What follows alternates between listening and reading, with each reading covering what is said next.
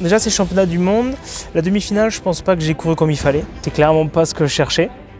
Mais c'est une petite étape avant les Jeux Olympiques. J'ai l'habitude de courir contre des adversaires qui font 1m80, 90, plutôt des beaux athlètes. Mais moi, je suis différent des autres et c'est peut-être cette différence qui va faire que je vais gagner. Eh bien, bonjour à toutes et à tous, très content de vous retrouver pour une nouvelle vidéo sur Passion Sport. C'est la deuxième interview de notre série sur les athlètes qui vont participer aux Jeux Olympiques de Paris 2024. Aujourd'hui, on a eu la chance d'interviewer Benjamin Robert qui a été 7 fois champion de France du 800 mètres. Il est revenu sur sa médaille d'argent en 2023 au championnat d'Europe en salle et a bien sûr évoqué sa préparation pour les Jeux Olympiques, toujours avec sa bonne humeur. Je vous dis donc bon visionnage, n'hésitez pas à vous abonner, c'est super important pour nous et c'est parti.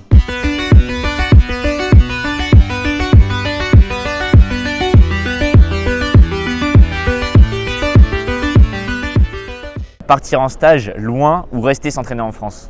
Partir en stage loin. Partir à fond dès les premiers mètres ou tout lâcher dans la dernière ligne droite? Tout lâcher dans la dernière ligne droite. À l'échauffement avant une course internationale, plutôt décontracté ou stressé?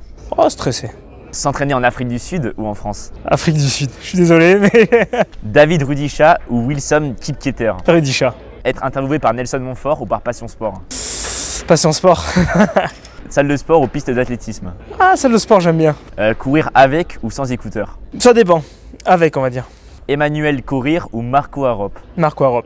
Pendant les compétitions internationales, rester à l'hôtel pour se reposer ou aller supporter les copains au stade? Ça dépend.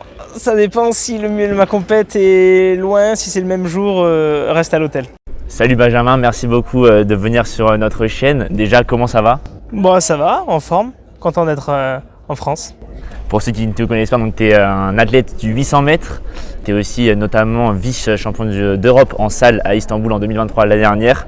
Je te laisse te présenter en 20 secondes. Bonjour, je m'appelle Benjamin Robert. J'ai 26 ans et je suis athlète professionnel sur 800 mètres. Donc j'ai participé aux Jeux Olympiques de Tokyo. Je suis vice-champion d'Europe en salle et j'ai à mon actif 6 titres de champion de France. Voilà, donc tu es sextuple champion de France et donc tu es surtout médaillé d'argent au championnat d'Europe d'Istanbul l'année dernière. Tu décroches la médaille d'argent mais en même temps tu perds pour 3 millièmes à peine contre l'Espagnol Adrian Ben. Alors justement, c'est ma première question. Est-ce que tu étais content après d'avoir cette médaille d'argent ou tu étais un peu déçu d'échouer si proche de la médaille d'or? En tant que compétiteur, tu es déçu. Tu es déçu parce que tu te dis que ça se joue à si peu.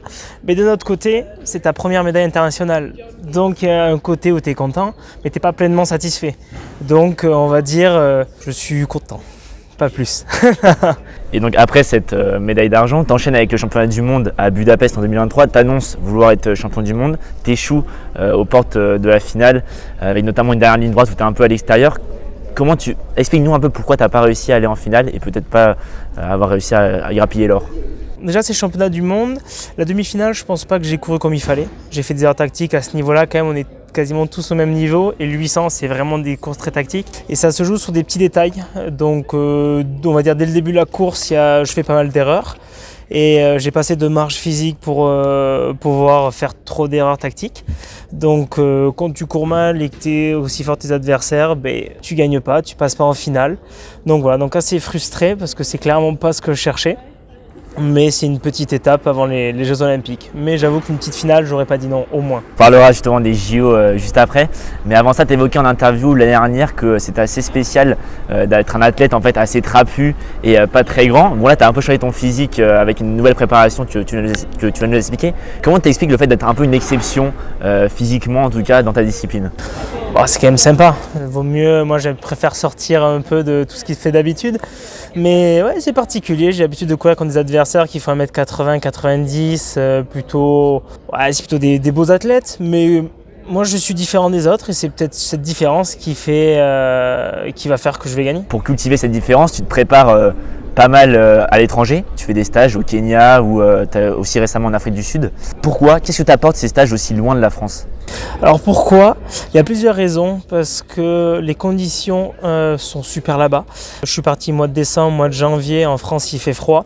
À Toulouse on n'a pas de piste en salle, Donc je vais en Afrique du Sud, il n'y a pas de décalage horaire, on est à la limite on a 1 heure de décalage horaire, on a du 30 à 40 degrés tous les jours. Le spot où on a un hôtel qui est plutôt sympa, plein de guest house, on a une piste en herbe de 400 mètres, on a une piste en tartane de 400 mètres, une salle de muscu sur 2 étages, des parcours de footing tout à côté. J'ai envie de dire, on peut pas rêver mieux. En France c'est compliqué de trouver ça, surtout au mois de décembre, janvier, des conditions parfaites. J'ai envie de dire, c'est magnifique là-bas. Et en plus on a 1300 d'altitude, donc c'est l'entre-deux. Donc là je parle de Potchefstroom et janvier j'ai changé, je suis parti à Stellenbosch. Donc là c'est un peu plus pour le sprint, un peu moins pour le demi-fond parce qu'il y a moins de parcours.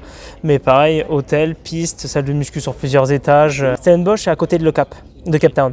Et voilà, c'est pour ça qu'on part là-bas. Il y a les États-Unis aussi où c'est plutôt sympa, mais le voyage fait qu'il y a un gros voyage et un long décalage horaire, parce que l'aller-retour c'est compliqué. Pour continuer sur l'aspect préparation, comment on se prépare à des Jeux Olympiques qui ont lieu à Paris en 2024, surtout en France? Est-ce que tu ressens une pression particulière parce que tu es français? Alors pression, je dirais pas pression, mais je dirais plus d'engagement.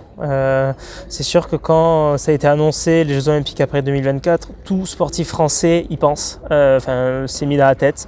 C'est un événement, j'ai envie de dire, majeur pour un athlète français. Mais comment on se prépare? Pas plus que les années précédentes, parce que les années en athlétisme c'est toujours les mêmes, championnat du monde ou championnat d'Europe, la saison c'est toujours au même endroit, donc tu regardes un peu ce que tu as fait avant, tu essaies d'améliorer tout ça et non, tu changes pas drastiquement non plus. Bon, tu as plein de trucs encore pour voir vraiment ta forme avec les prochains meetings, etc. Mais tu as quand même fait un super 600 mètres la semaine dernière à Metz où tu bats le record de France du 600 mètres. Donc tu es quand même sur une très bonne dynamique en vue des JO. Et d'évaluer un peu tes attentes pour ces Jeux. Quels seront pour toi des Jeux réussis? Des Jeux réussis? Les médailles sont sorties hier, on a vu une médaille, donc c'est repartir avec une médaille d'or. Le podium du dernier championnat du monde du 800 mètres. Harop qui gagne, 2e Wanyoni et 3 Ben Pattinson. C'est tout bon. Le vainqueur du 800 mètres des JO 2012. David Rudisha, record du monde. Le record du monde du 800 mètres. 1:40,91. Le champion olympique 2020 du 800 mètres. Emmanuel Courir. Le champion olympique de Rio du 800 mètres. David Rudisha, 1:42, il fait en finale. Le record du monde du 800 mètres féminin. Je crois que c'est une russe, mais je crois que c'est une 52 ou une 53. Je crois que c'est une 53, ouais, 28. Il y a Mekaster Semenya, je pense qu'elle aurait pu le battre. Le vainqueur de la Ligue de Diamant 2023. Wanyoni. 1:42,80, je crois. T'es très très fort, il en reste 2. Le chrono de Pierre-Ambroise Boss lors de son titre mondial. J'étais dans les gradins. 1:44,74. 67. Ah, 67. Et le champion olympique 2008 du 800 mètres. Je crois que c'est un Kenyan. J'ai plus le nom. Kaki? Non, je sais plus. Wilfred Bungei. Ah non, je l'aurais jamais trouvé. Avant 2012, c'est plus compliqué pour moi. Et la dernière, ton chrono lors de ta médaille d'argent à Istanbul l'année dernière. Ah, je sais même plus. Je connais les autres, mais moi non. Ça s'est gagné à une 47, 60 et quelques, 60. J'espère que je me trompe pas, en tout cas j'ai noté 34. Ah oui, je me rappelle même plus. Voilà. Ah, comme quoi les chronos qu'on a en finale, c'est pas ce qui importe le plus, c'est plutôt la place. Bah écoute, merci beaucoup pour cette belle interview, c'était super sympa. On te souhaite que de la réussite pour le futur et pour les JO notamment. Je vous dis à très bientôt sur Passion Sport pour plus d'interviews. C'est notre deuxième donc après Ludwig Vaillant. N'hésitez pas à vous abonner et à aller nous voir sur Instagram et TikTok. À très bientôt, c'était Charles et Benjamin Robert, je te laisse le mot de la fin. Bon, mais bon courage et on se retrouve sur la piste les gars.